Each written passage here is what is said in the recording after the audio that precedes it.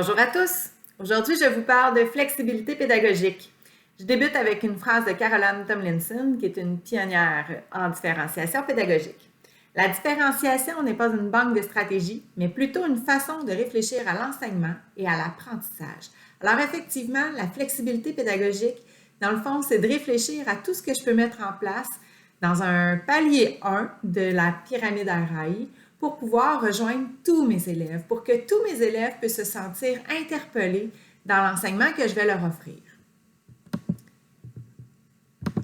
Alors, dans ma pyramide RAI, toutes les interventions que je vais faire sont au palier 1 quand il s'agit de flexibilité pédagogique. Je vais réfléchir aux besoins des élèves, aux forces des élèves quand je vais planifier.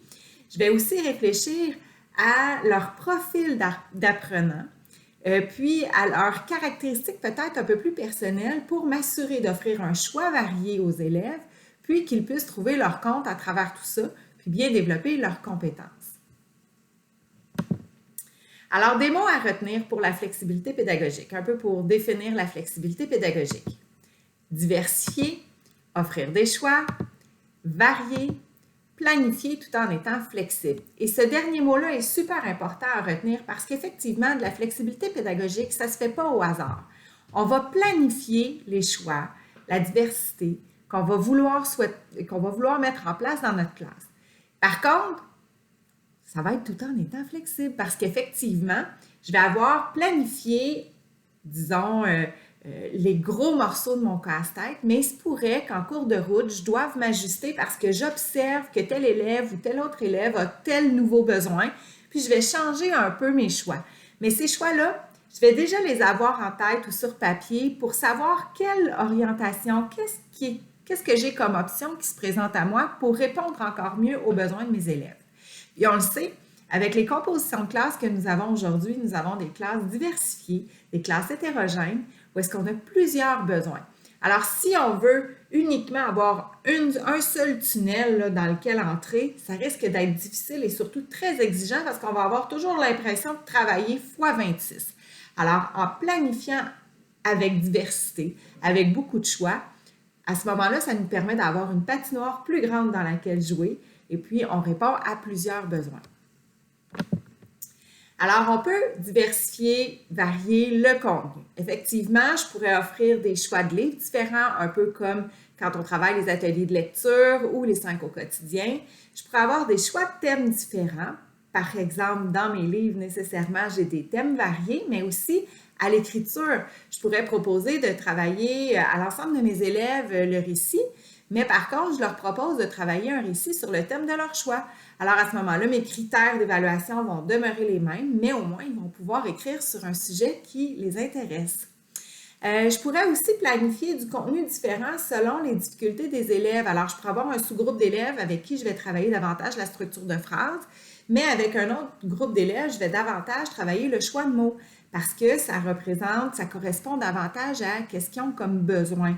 Et ça évite les pertes de temps parce que peut-être que mon groupe qui a besoin de varier son vocabulaire dans leur texte n'a pas besoin de travailler la structure de phrase. Alors, ça ne me sert à rien de travailler tout ça en grand groupe. Je pourrais aussi faire beaucoup d'autres choses en réfléchissant aux besoins des élèves. C'est toujours intéressant là, d'aller chercher ce que les élèves ont besoin de travailler davantage, puis d'ajuster notre enseignement en fonction de ça. Les processus, comme prof, on est vraiment bon là-dedans parce que c'est l'essence même de notre enseignement. On a appris à varier nos explications, à varier le matériel qu'on utilisait. Alors effectivement, les processus en différenciation pédagogique, c'est de la façon qu'on enseigne, mais c'est aussi comment l'enfant reçoit nos explications. C'est important toujours de considérer qui est l'enfant dans nos processus. On s'ajuste quand on va donner une explication supplémentaire à notre élève. On va souvent aller réfléchir à qui il est, comment il réfléchit pour s'assurer de le rejoindre.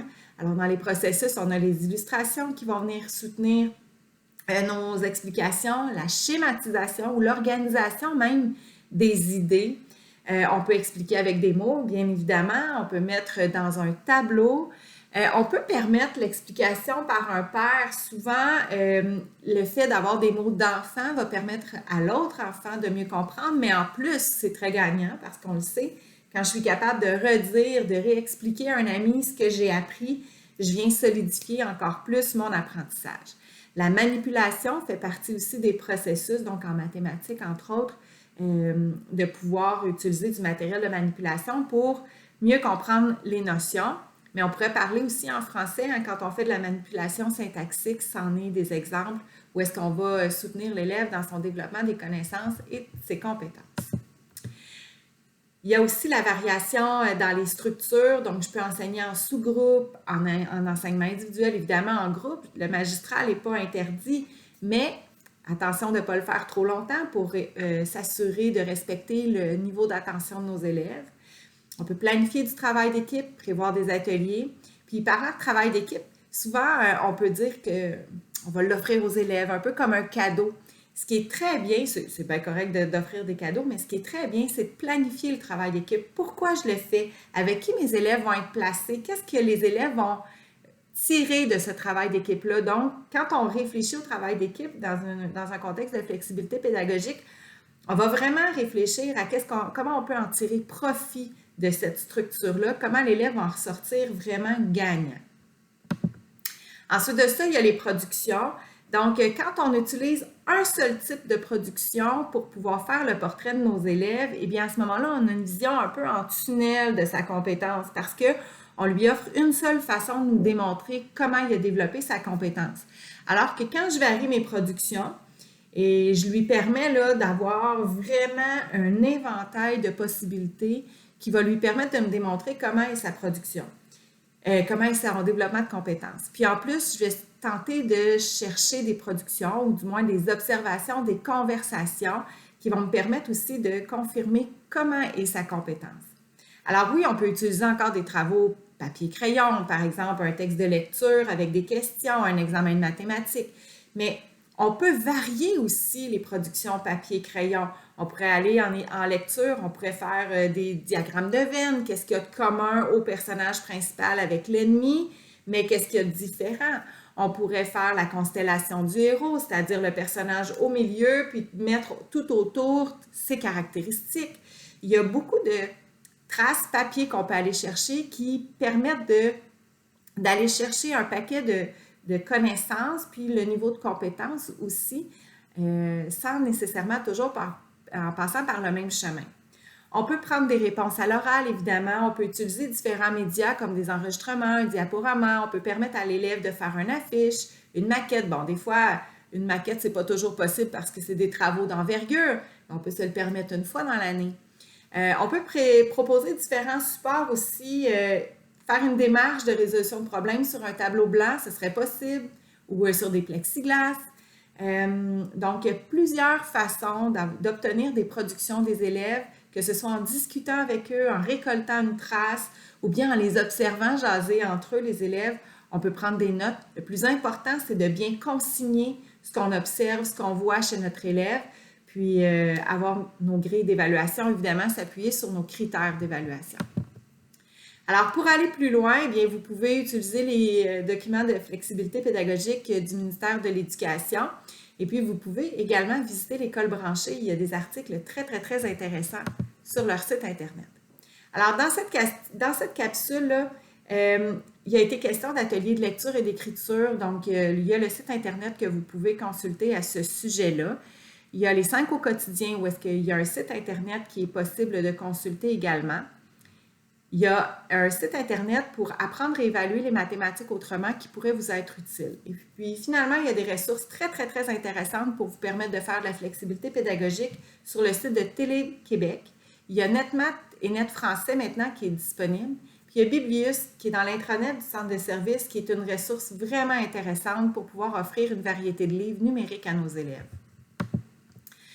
Je termine sur une citation d'une directrice adjointe dans une école secondaire, une citation que j'ai prise sur le site de l'école branchée.